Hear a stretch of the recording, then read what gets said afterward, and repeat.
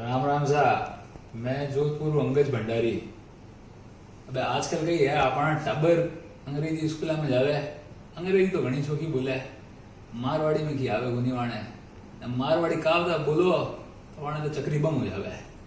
तो आज मैं आपने ये मारवाड़ी कावता और वाड़ो मतलब समझाऊं। पहली कहावत है पानी कहवे जड़े कादो नहीं लादे।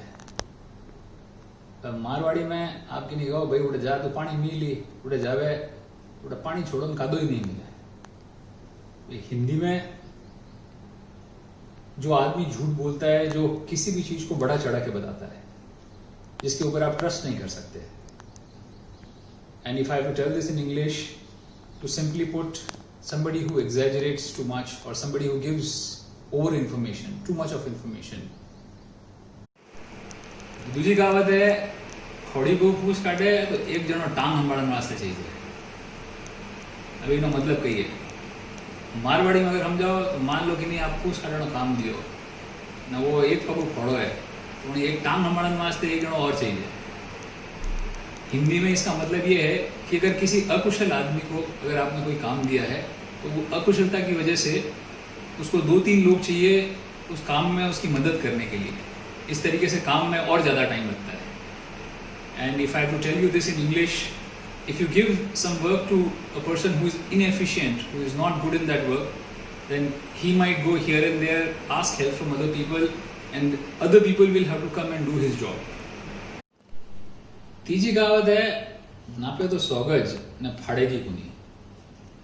हिंदी में इसका मतलब है कि अगर आप किसी के पास में मदद मांगने जाते हैं तो बातें बहुत बड़ी बड़ी करेगा पर आपकी मदद कुछ नहीं करेगा। इन English, if you go and ask help from someone, he will talk big but he won't do anything और ही वोंट हेल्प यू।